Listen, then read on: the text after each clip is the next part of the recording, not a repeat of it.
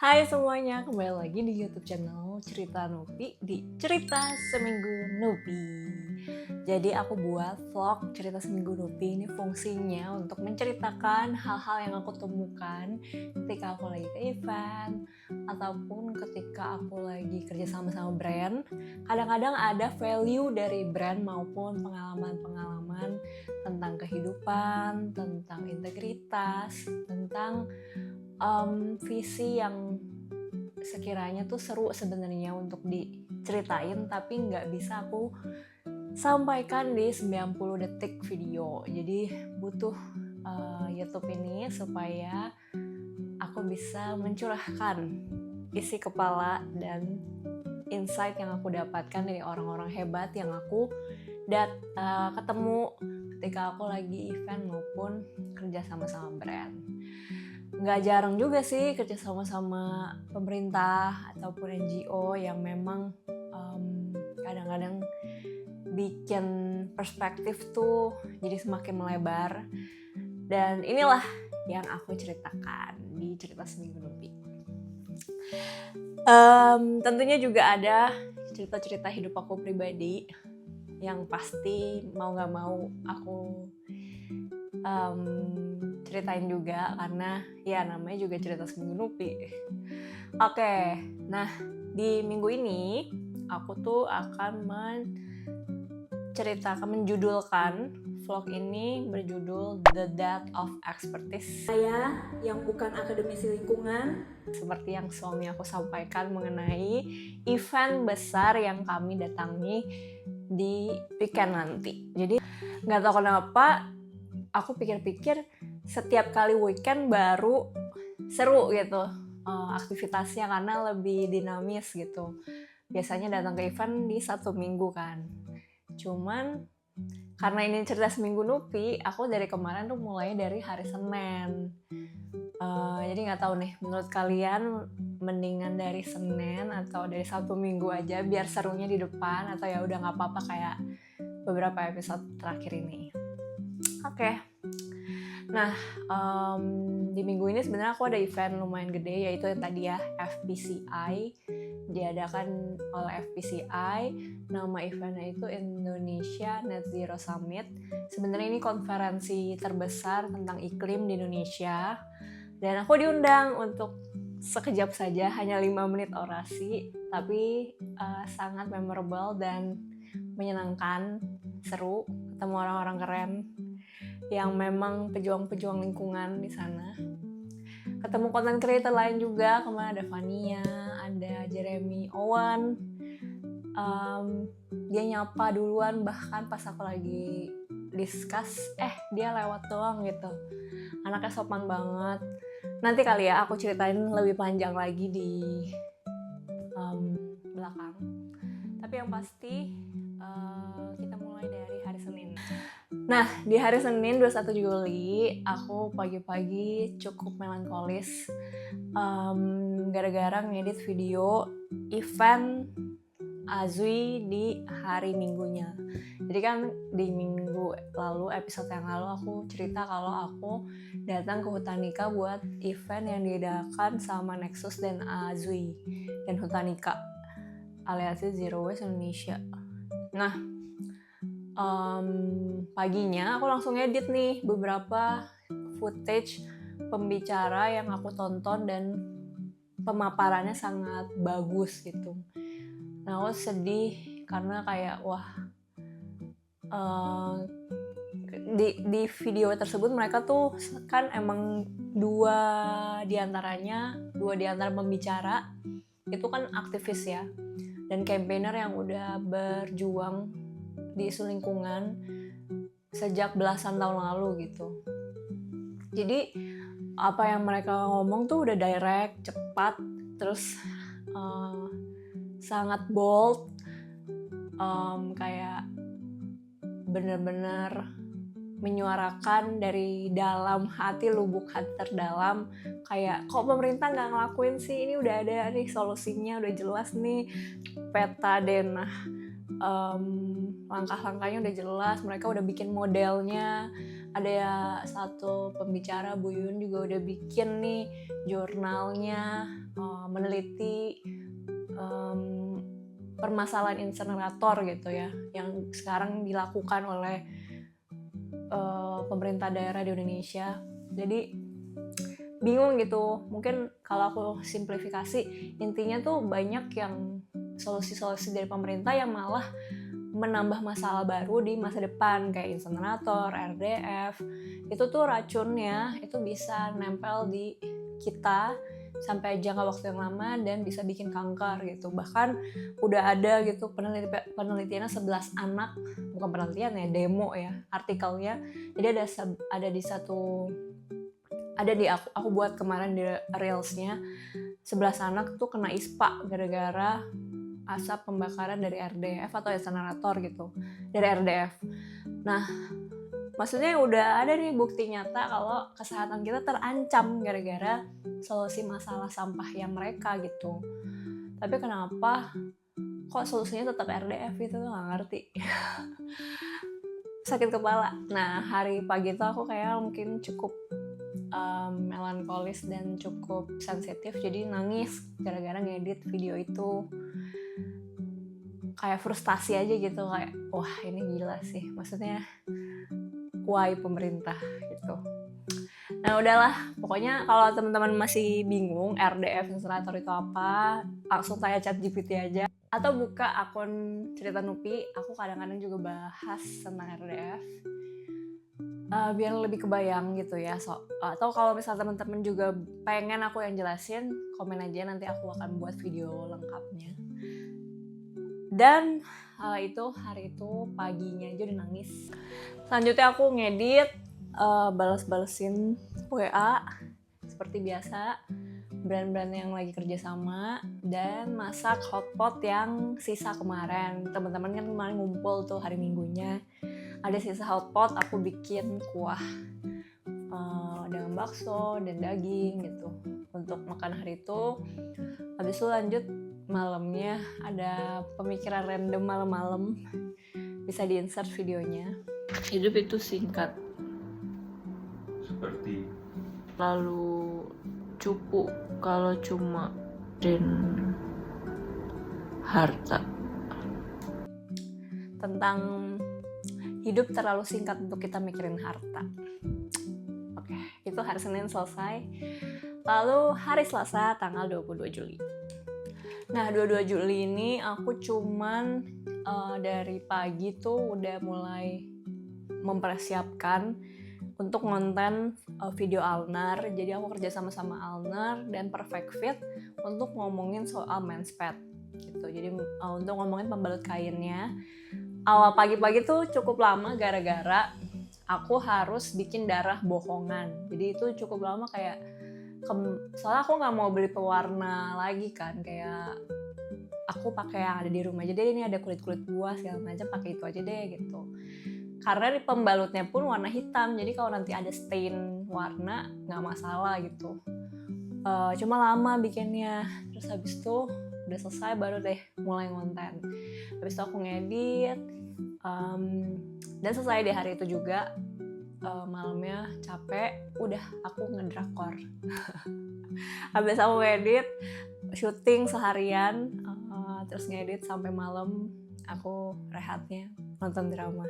Saya juga manusia biasa yang menonton series. Terus soalnya beberapa waktu yang lalu pas aku bikin postingan story soal aku mau nonton drama tertentu, ada yang komen, kakak nonton drama juga, ternyata kakak sama ya kayak kita. Emang aku selama ini kayak apa? Nah, mungkin teman-teman juga sering lihat ya aku ngepost tentang Alnar gitu, aplikasi Alnar, website Alnar gitu. Itu apaan sih sebenarnya? Jadi sebenarnya si Alnar ini itu tuh kayak e-commerce yang kita tuh bisa beli semua kebutuhan apapun di rumah, dari mulai sabun sampai snack itu ada, dan kita bisa tukar wadah. Jadi ketika kita beli lagi barang yang kemarin, kemasan kosongnya itu bisa kita kembaliin dan kita dapat cashback dari setiap kemasan yang kita pakai gitu. Kadang ada yang 10.000, ada yang 5.000, ada yang 2.500 gitu. Tergantung kemasannya sebesar apa. Dan itu enaknya kalau teman-teman tinggal di Jabodetabek, itu tuh enak banget buat bisa punya akses itu, karena sekarang di Bandung tuh Alnar belum ada. Adanya dia baru kerjasama sama satu toko refill. Itu pun cuma barang-barang tertentu aja, terbatas, jadi belum bisa full. Dan deliverynya juga nggak kayak yang di Jabodetabek, itu langsung dikirim sama kurir Alnernya, terus di pick up sama kurir Alnernya. Jadi enak banget aksesnya itu. Dan dia lagi merambah ke barang-barang yang nggak refill gitu, kayak misalnya reusable men's pad gitu, jadi sustainable tapi sifatnya tuh barang gitu, kayak men's cup, men's pad, sikat gigi gitu, yang pokoknya biasanya ada di produk-produk toko-toko sustainable gitu, tapi ini di Alnar udah dijual. Kalau dulu mah cuman kebutuhan-kebutuhan rumah yang kayak di refill gitu, kayak minyak, bumbu, sabun, sampo, deterjen gitu. Jadi aku sangat amazed juga sama perkembangannya sekarang, barangnya makin banyak gitu, dan tentunya modalnya makin gede guys. Jadi ayo kita dukung sama-sama supaya brand kayak gini tuh bisa survive. Kalau enggak, gimana coba survive-nya? Menyaingi brand-brand besar yang pencemar gitu, kayak Unilever, Wings, dan lain-lain gitu. Oke, itu dari Alnar. Saya tidak di endorse untuk YouTube ini, tapi aku sangat amat mau mendukung bisnis ini, jadi sering banget aku omongin, bahkan ketika lagi di talk show sekalipun. Karena memang harus seperti itu teman-teman, kalau nggak kita nggak bisa nih meninggalkan saset. Oke, itu hari Selasa tanggal 23 Juli. Ini sebenarnya ulang tahun cici aku. Jadi pagi-pagi aku udah mikir nih harus beliin apa.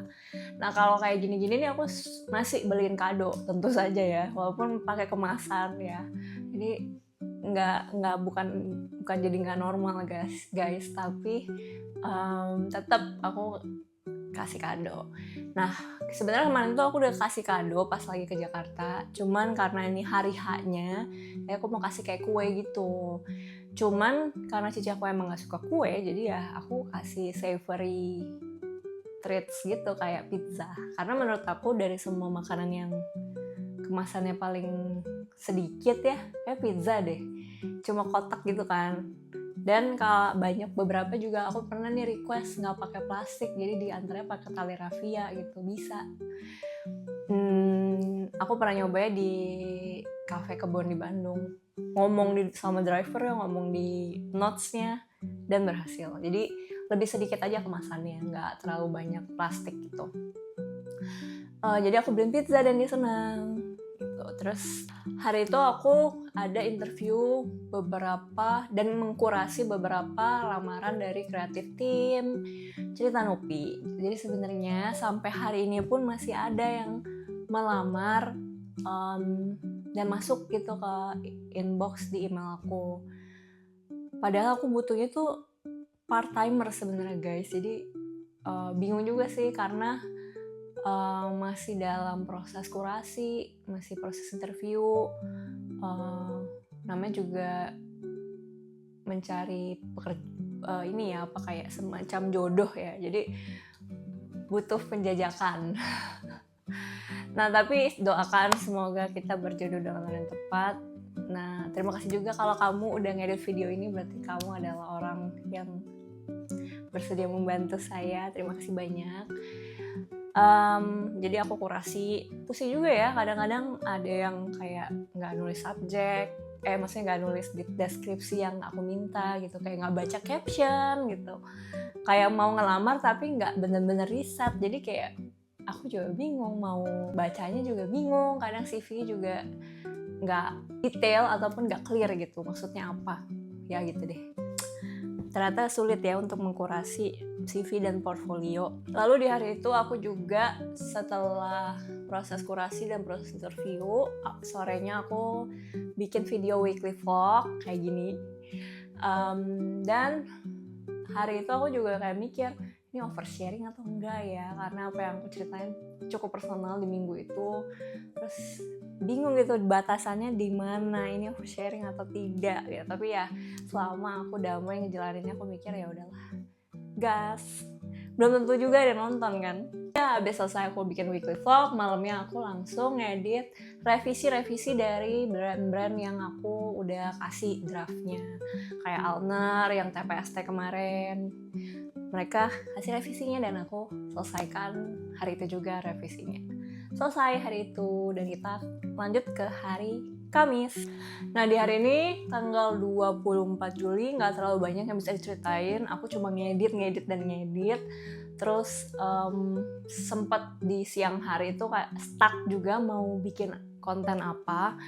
Akhirnya kayak ya udah mikirin soal barang yang baru nyampe nih, si kamera. Jadi aku tuh ada kerjasama dengan Insta360. Nah Insta360 itu sebenarnya belum launching, jadi ini masih confidential. Terus banyak fiturnya yang aku bingung karena ini barang baru, nggak ada tutorialnya di YouTube gitu. Bersyukur banget sih dapat kerja sama kamera gitu, karena aku nggak punya kamera kan sampai hari ini. Jadi terima kasih semesta, terima kasih Tuhan, aku bisa kerja sama kamera. Dan tapi banyak kendala gitu ketika aku lagi install ke device, dikonekin kok nggak bisa segala macam. Jadi sampai hari ini aku belum pegang lagi barangnya, kayak belum diulik lagi. Kemarin aku udah ngomong kendala-kendalanya ke PIC, dan hari itu jadi bikin pusing kepala, kayak bingung nih mau ngedit apa karena yang ini belum kelar. Jadi kayak ya overwhelmed, gak jelas kan.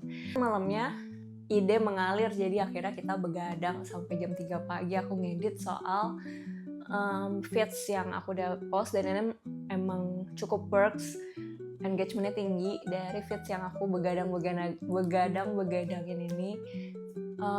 Feedsnya tentang nolak cuan, bukan nggak mau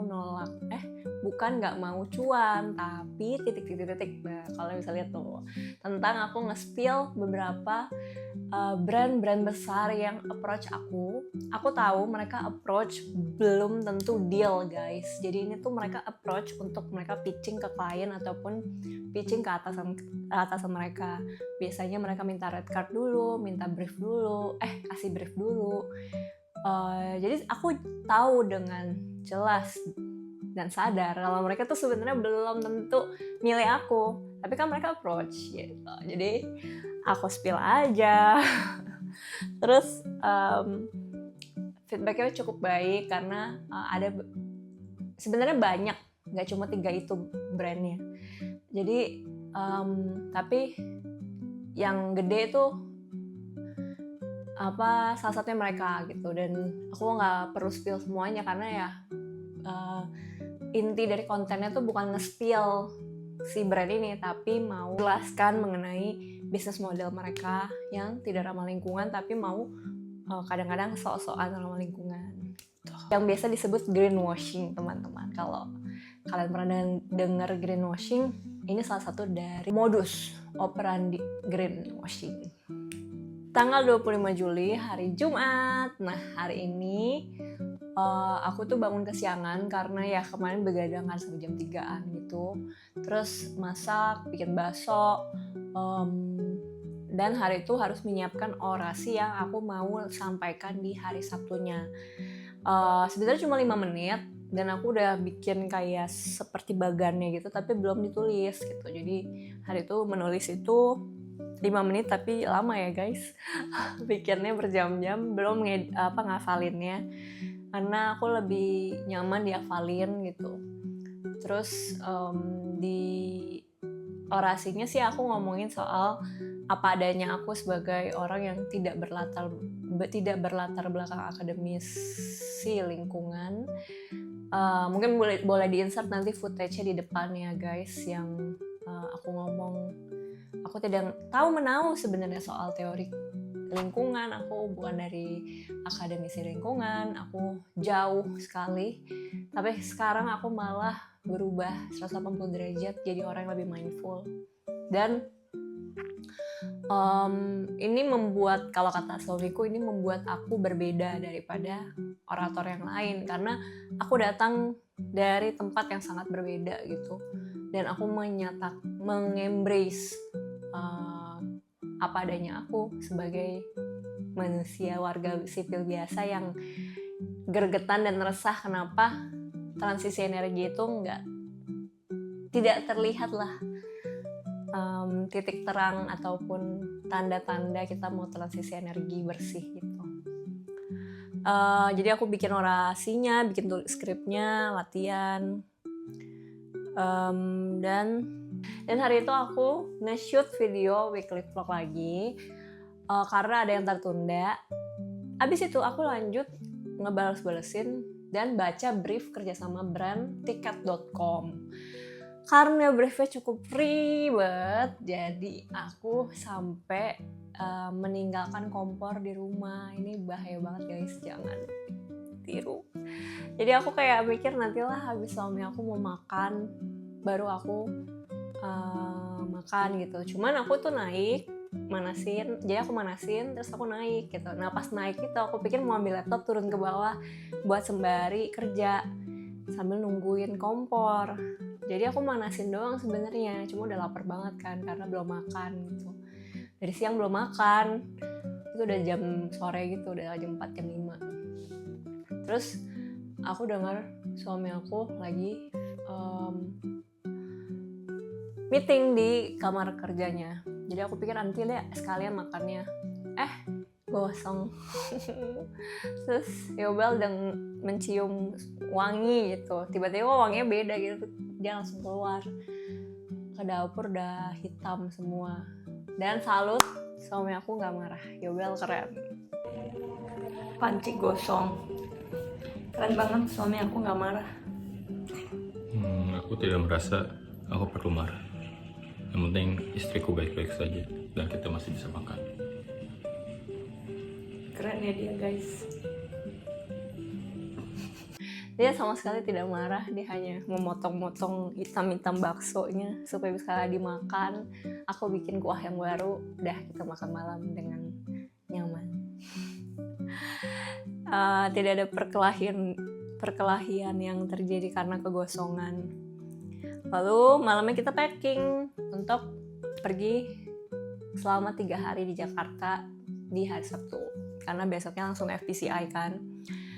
Nah, tanggal 26 Juli, hari Sabtu, pagi-pagi kita langsung siap-siap ke travel.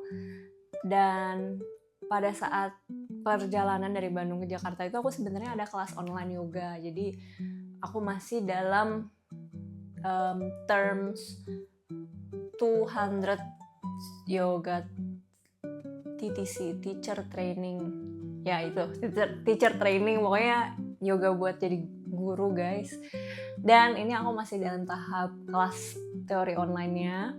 Di jam 7.30 itu aku sembari di bus, sembari dengerin kelas online-nya. Jadi di pagi itu aku belum deg-degan tuh karena masih kelas kan. Kelasnya juga ngomongin soal pernafasan. Jadi aku kayak menghela nafas terus paginya, kayak sadari nafas, mindful, be present. Terus selanjutnya aku tuh kalau lagi deg-degan gitu aku harus ngerjain sesuatu kan. Karena kenapa aku deg-degan? Karena Yobel kayak tiba-tiba nonton live streamingnya, terus dia kayak ngomong, ini yang datang ini yang gini-gini, ada sesi Pagita Wirjawan, Katiza Mafira, ada banyak orang pemerintahan, ada senior-senior aktivis, ada direktur-direktur dari NGO juga jadi pembicaranya. Jadi orang-orang penting nih, sedangkan aku siapa gitu. Kenapa aku membuka satu sesi gitu. Terus inilah yang dinamakan the death of expertise guys. Jadi Yobel ngomong, sebenarnya kayak waktu dapat undangannya itu dia bilang, wah ini kamu bisa-bisanya gitu ngisi acara ini gitu. Dia tahu ini istri dia tapi kok ya gitu. Cuman aku ngerti mungkin diundang karena kan tentu itu cuma 5 menit orasi dan ini dari sudut pandang content creator lingkungan gitu. Jadi tapi ya maksudnya tetap aja gitu, ini tuh orang-orang penting nih yang ngomong nih, sedangkan cerita Nupi siapa dia gitu kan.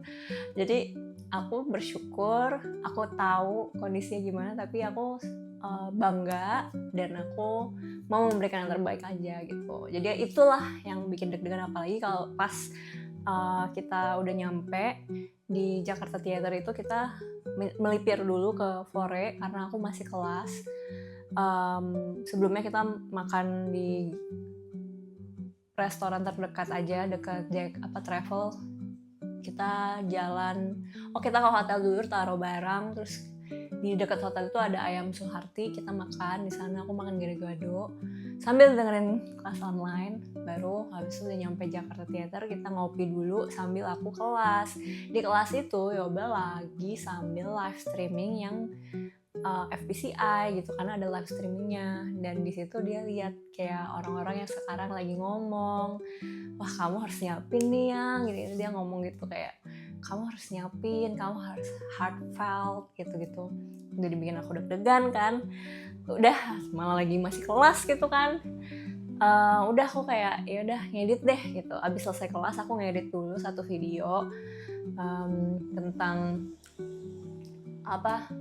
bawa reusable gitu, terus supaya aku bisa nggak mikirin itu gitu, karena waktunya masih panjang ya. Aku ngomong jam 3 itu masih jam 11, jadi biar killing time aja yang produktif. Jadi aku ngedit video, udah ngedit video baru aku latihan di depan Sarina. Jadi kayak mau cari tempat lain lah yang biar bisa ngomong gitu kan. Jadi depan Sarina aku sambil ngomong kayak seolah orasi, tapi duduk di sebelah Yobel.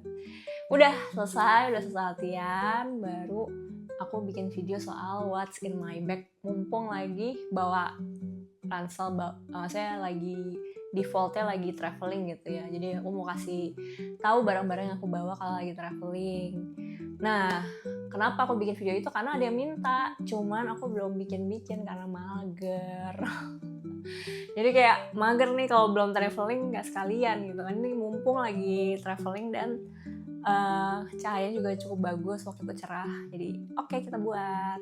Terus selesai itu lanjut, kita langsung ke Jakarta Theaternya. Kita masuk, ketemu sama LO-nya, ada Rizky dan Via. Mereka sangat helpful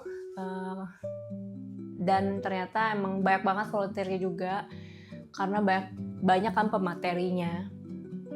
Rame banget di sana, mahasiswa banyak banget yang datang dan keren banget sih. Kayak ini tuh pembahasannya cukup berat, tapi bersyukurnya banyak penerus bangsa ini yang nonton ini. Jadi hopefully isu ini semakin banyak nih yang paling nggak terpapar lah ya.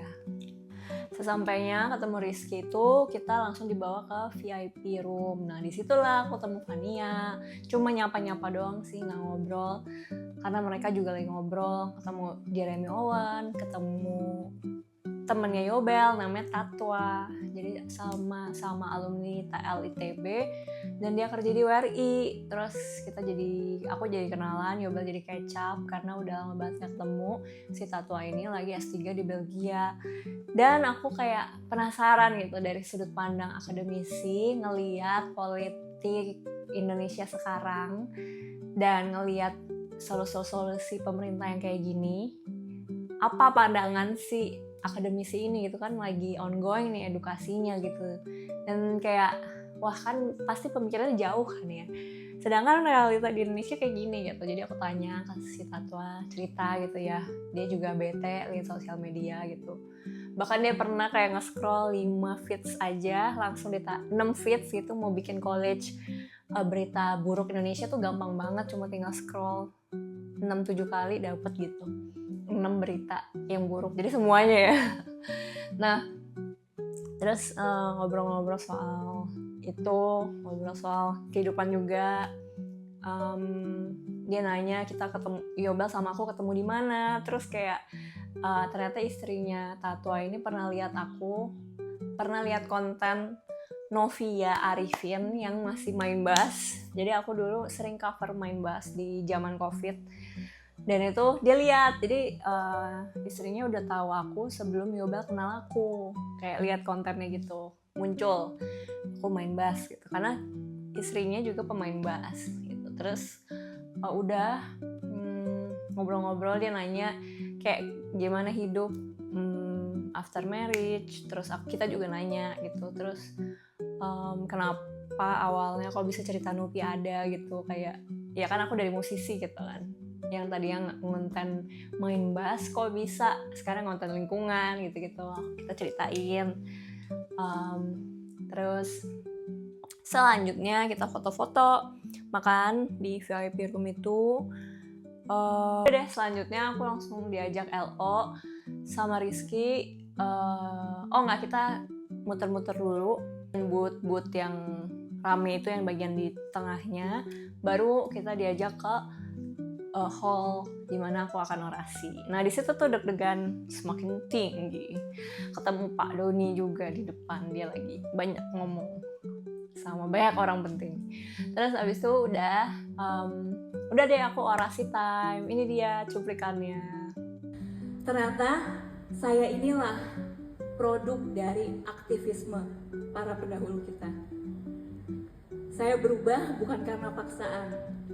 Saya berubah karena ada orang-orang yang mau tetap bersuara hingga hari ini. Ada aktivis, jurnalis, peneliti, teman-teman akar rumput, bahkan mungkin karya dan jurnal dari Bapak Ibu Saudara yang hadir di tempat ini, yang terus-menerus tanpa lelah terus menyuarakan hal ini sampai hari ini.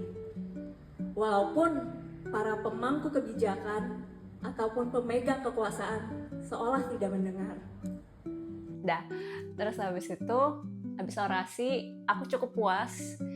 Walaupun ada improvisasi dikit, karena aku emang kalau ngomong kadang-kadang bisa improvise gitu, tapi si prompternya jadi bingung aku tuh ada di mana. Jadi dia kayak ini ada prompter ya guys sebenarnya, dan itu gelap banget, jadi orang-orang tuh aku nggak bisa lihat mata orang, dan ternyata aku nggak terlalu suka kayak ada di panggung di mana aku nggak bisa connect sama orang yang aku mau ngomong. Jadi aku bahkan malah lebih pusing gitu. Soalnya sebelumnya si Belai, salah satu environmental aktivis juga, yang orasi sebelum aku. Nah si Bella ini ngomong itu nanti gelap loh gitu, jadi aman, tenang gitu. Nah buat aku ternyata gelap itu nggak bikin aku nyaman. Untungnya lancar. Terus abis itu aku minta sama Rizky, bisa nggak ya aku datang ke sesi Pak Gita gitu yang ada di studio lain gitu. Dia bilang nanti kita coba ya Kak gitu, karena ramai banget yang ngantri gitu. Terus dicoba ternyata bisa gitu. Akhirnya kita berdiri deh di ujung bioskop karena itu studio XX1 yang dipakai kan. Jadi kita dengerin pemaparan Pak Gita Wirjawan dan panelis lain pada saat itu gitu. Seru. Sangat insightful walaupun datanya memusingkan, apalagi aku habis orasi ya, kayak aku masih ada banyak stimulasi lain gitu, cuman aku berusaha untuk mencerna. Namun pemaparan Kak Tiza itu sangat keren dan direct, aku paham betul maksudnya dia, dan dia pakai poin-poin target, market, money, jadi gampang banget buat dipahami sama mahasiswa, apalagi orang awam kayak aku. Dan ternyata bener sih ada omongan, aku lupa kemana yang ngomong siapa, cuman dibilang gak ada perubahan, sebenarnya ada gitu. Kayak sekarang ada forum-forum kayak gini, mahasiswa bisa tahu apa yang terjadi gitu di movement-movement yang dilakukan NGO, pemerintah maupun campaigner gitu. Jadi mereka dapat aksesnya gitu. Mungkin kalau dulu mahasiswa tuh nggak dapat akses gitu, kecuali mahasiswa lingkungan atau mahasiswa biologi gitu. Jadi atau mahasiswa apa lagi aku juga nggak tahu sih. Yang pasti aku anak musik dulu kagak tahu sih. Bahkan aku baru pertama kali orasi di UPH, dulu mana ada orasi guys. Jadi kemarin pas lagi diundang tuh aku tuh bingung, orasi tuh kayak apa, yang aku bilang sama suaminya bukan orasi, ya orasi. Jadi karena di UPH tuh nggak ada budaya orasi. Kayak gitu. Makanya mungkin nggak semua orang tahu tentang isu ini, tapi hopefully dengan ada acara kayak gini yang mengundang banyak generasi Z atau generasi Alpha bahkan nantinya, ada titik terang dan jawaban lah ya. Udah habis itu kita langsung ke seberang lagi, ke Sarina lagi, balik lagi dan cari dessert karena aku overstimulated abis ngobrol bersama banyak orang. Jadi setelah kita nonton, kita pun ngobrol sama beberapa NGO yang ada di sana, dari Greenpeace, Yobel ngobrol sama yang Music in a Dead Planet ya. Kita ngobrol sama teman-teman yang ada banyak teman-teman cerita Nupi di sana, beberapa nyapa, ada videonya, aku ada shoot, aku diajarin sama Gen Z itu bagaimana cara berkata-kata di. Aku diajarin hari ini guys, makasih ya. Di teks sekarang harus ada titik kak sekarang atau apa gitu. Aku nanya bener nggak sih kalau harus ada tanda melengkung ini, makasih ya melengkung gitu. Terus kayak harus huruf kecil apa segala macam, udah itu mah basic ya. Nah aku nanya tuh, ngobrol-ngobrol sama mereka, seru. Mereka juga masuk di dalam video ini. Terus udah deh, kita lanjut. Abis ketemu sama beberapa teman-teman cerita Nupi, ada yang berempat itu, ada yang satu orang beda-beda gitu, foto-foto mereka. Selanjutnya aku langsung makan es krim di Sarina. Kita bingung kan mau nyari jajanan yang bisa gak pakai single use, dan itu susah. Yogurt semua pasti pakai paper cup. Dan kita coba nih yang es krim ini, aku nanya dulu sama masnya, bisa nggak ya saya jajan ini pakai wadah saya gitu. Masnya bilang bisa, oke, gas. Udah deh, kita makan es krim untuk menenangkan pikiran. Terima kasih Tuhan kami masih bisa jajan es krim. Udah, aku ngedit what's in my bag video di sana dan sambil makan es krim. Yummy. Ke hotel, ada kejadian seru di hotel karena Yobel memesan ruangan honeymoon guys.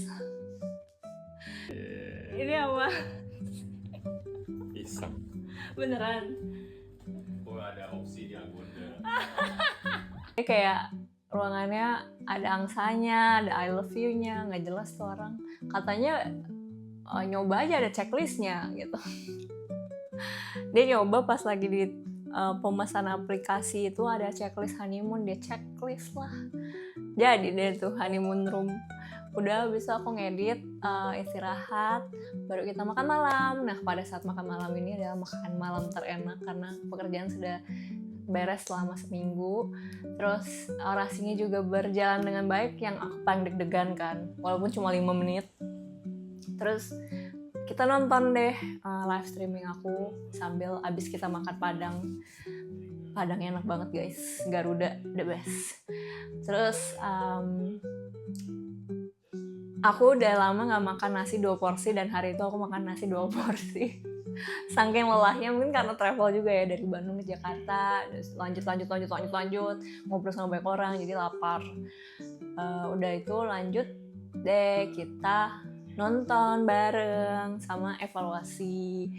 Yobel bilang, dan aku cukup bangga sih, kayak aku ngomongin sesuatu yang memang bener-bener keresahan aku, nggak ada yang aku buat-buat, dan tepat gitu sama tema hari itu. Dan aku juga mau berterima kasih untuk para campaigner pendahulu, karena gara-gara kalian tetap mau bersuara soal isu lingkungan, aku jadi ada nih produknya nih muncul, Cina satu ini. Jadi aku akhirnya bisa jadi campaigner selanjutnya, dan semoga teman-teman cerita Nupi yang nonton konten-konten aku di Instagram dan TikTok juga bisa jadi penerusnya. Dan semoga suara ini semakin besar dan semakin banyak. Kalau makin banyak, pastinya demand-nya juga berubah. Kalau makin banyak, ada harapan untuk kita bisa menjalani bumi bersama bumi ini dengan cara yang lebih manusiawi ya. Karena kalau kita nggak berubah, ya udah, panas bumi akan semakin meningkat dan kita akan hidup dalam penderitaan. Mesti gini ya. Tanggal 27 Juli, hari Minggu. Nah, di hari ini kita check out hotel, paginya sarapan dulu. Habis itu kita habis sarapan langsung bawa tas segembol, karena isinya baju kan, baju kotor, baju bersih buat hari besoknya juga, bawa laptop, bawa tripod segala macem. Kita jalan kaki ke MRT, karena kita mau ke Taman Langsat. Di Taman Langsat ada acara piknik bebas plastik. Sebenarnya ini adalah turunan dari acara diganti lah dari pawai bebas plastik jadi piknik bebas plastik. Nah, di piknik bebas plastik ini aku sempat ngobrol sama panitianya. Jadi panitia bilang ini lebih works daripada pawai. Kalau pawai kan demo bawa-bawa atribut gitu ya. Kalau di piknik kita bisa edukasi banyak orang. Nah, di sini Yobel sebagai volunteer untuk Climate Fest. Jadi workshop yang card games, yang sebenarnya workshop iklim yang berkedok card games. Dan jadi seolah-olah main, tapi pada pembahasannya sangat berat guys. Tapi aku udah pernah main kan di episode yang kedua kalau nggak salah, di weekly vlog, dan aku bisa jadi paham betul tentang krisis iklim gara-gara main game itu. Dan sebenarnya hari itu aku ada kelas masih online yoga training, tapi aku mau catch up dan meet up sama teman-teman piknik bebas plastik dulu. Jadi aku nemenin Yobel dulu ke Taman Langsat, kita jalan naik MRT. Di MRT ada iklan Le Minerale yang bikin kesel, karena kita kan sebenarnya jarang yang naik MRT gara-gara kita tinggal di Bandung. Nah, sekalinya kalau kita lagi di Jakarta, kita usahakan sebisa mungkin naik Transum. Kayak misalnya kalau aku lagi nggak ngisi acara dan gak buru-buru, kita coba naik Transum. Apalagi kalau di Sabtu Minggu kan gampang, gak terlalu ramai. Kalau lagi pulang dari acara juga kan gak ngejar-ngejar waktu, jadi naik Transum. Nah, ini karena kita cuma pengisi Yobel yang mengisi acara dan masih panjang nih jamnya, kita naik MRT. Terus jadi kita baru tahu ada iklan Le Minerale itu. Nah, iklannya itu ya yang aku udah post di story, dengan ada segel, nggak ada debu. Ya iyalah, kalau botol minum aku, kata Yobel, botol minum aku aja kalau ditutup ya nggak ada debu juga sih. Terus ada yang kayak dia bilang mineralnya bikin bentar aku cek, bikin enteng katanya air minumnya. Maksudnya apa ya? Aduh pusing. Terus kita jadi ngomongin soal sebenarnya mereka bisa nih bikin bisnis model. Oke, kalau memang belum bisa 100% ganti dari botol plastik, kamu boleh tetap sediain galon plastik, botol plastik buat transisi gitu ya. Tapi bisa dong dengan uang kamu yang gede itu, kamu bikin bisnis model yang lebih ramah lingkungan gitu. Kayak misalnya bikin dispenser berbayar. Jadi kita nggak usah nyampah botol plastik kalau kita bawa tumbler. Terus bisa juga bikin opsi-opsi, kayak ada yang plastik, ada yang dikembalian yang kaca. Jadi kalau di restoran ada yang pilihan kaca gitu. Kan bisa, kalian punya uang, gak ada alasan. Jadi gitu, kesel kan. Jadi soalnya banyak beberapa netizen yang membelain kayak ini susah kak, gimana mereka ganti, nanti costnya modalnya gede gitu segala macam. Percayalah teman-teman, mereka punya uang untuk melakukan hal itu gitu, mereka punya profit yang tinggi sekali dan tetap aja nyampah dan mencemari lingkungan gitu. Masalahnya nih, sampahnya tuh udah sampai ke kesehatan kita, bukan cuma ke lingkungan doang gitu. Jadi kalau mereka nggak berubah dan kita masih beli, ya udah, bye-bye. Aku bingung kayak ini, aku ngomongin ini terus, tapi semoga kalian gak bosen ya. Kalau bosen ya udah gak apa-apa deh ya, maafin aku ya. Nah, habis dari MRT kita jalan kaki kan, lewat trotoar itu, mau ke Taman Langsat. Pas aku lagi jalan sama Yobel, tiba-tiba ada yang klakson, nit, kenceng gitu kan. Terus aku kayak langsung refleks kan, narik Yobel. Dalam pikiran refleks aku yang 2 detik itu aku kayak, ini kan kita ada trotoar, dia kan motor, kenapa aku yang harus minggir? Jadi aku kayak, maaf, aku langsung teriak kayak, sorry ya pak, kita yang bener sih gitu. Terus Yobel bilang, mestinya kamu jangan tarik aku. Ya tapi kalau kamu gak ditarik kan kamu ketabrak. Realita warga plus 62 guys. Trotoar tempatnya orang naik motor, bukan orang jalan kaki. Udah, kita nyampe deh di Taman Langsat. Terus di Taman Langsat kita langsung ketemu sama banyak teman-teman dari NGO lain, ada YPBB, ada Walhi, ada Greenpeace. Aku kenalan sama teman dari Asosiasi Guna Ulang Indonesia kalau nggak salah namanya, GUA kalau disingkat katanya. Jadi mereka ada produknya tuh dispenser prabayar, dispenser berbayar itu, jadi orang bisa refill gitu, hebat. Nah gitu dong, maksudnya itu aja udah ada kan produknya. Jadi sebenarnya bisa lah Aqua, Le Minerale, Fit, Nestle, kamu pasti bisa lakuin. Mana nih inisiatif ramah lingkungan benerannya gitu. Jangan cuma bikin sustainability corner. Terima kasih.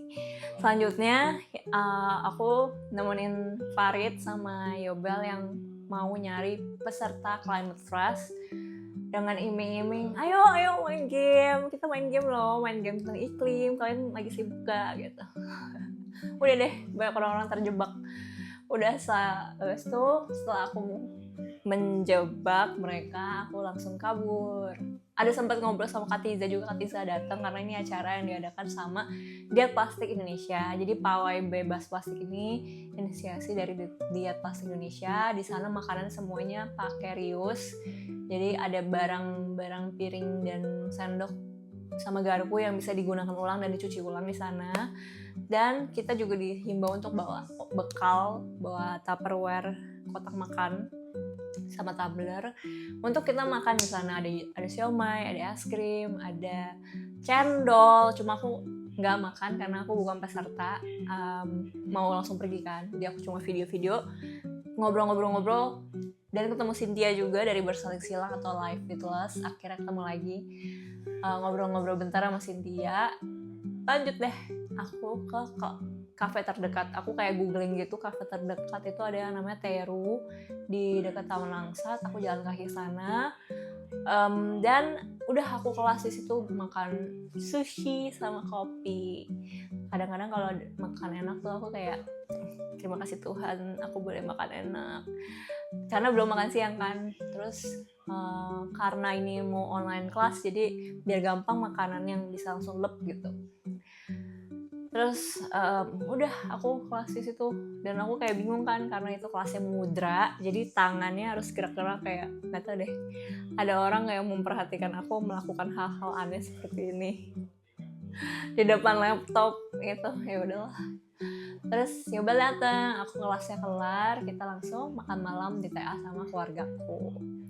Dan minggu itu ditutup dengan makan malam yang sangat enak karena itu restoran baru, namanya Riri Hotpot di Taman Anggrek. Kita akan nginep di hotel di Taman Anggrek juga untuk hari terakhir di Jakarta.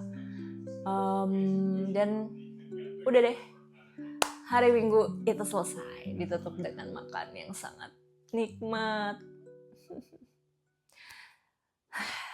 Gara-gara sering ngeliat apa yang terjadi di Gaza, aku juga jadi ya itu, kayak kalau tiap kali makan enak tuh aku kayak wah gue tuh beruntung banget gitu bisa makan enak. Bahkan sekecil tiap pagi aku bisa ngopi gitu, kadang-kadang ya muncul gitu pikiran kayak gitu. Bukan mikirin orang yang ada di Indonesia, malah jadi mikirinnya mereka yang di Gaza nggak bisa, bahkan mereka makan sup doang gitu yang nggak tahu nutrisinya apa gitu.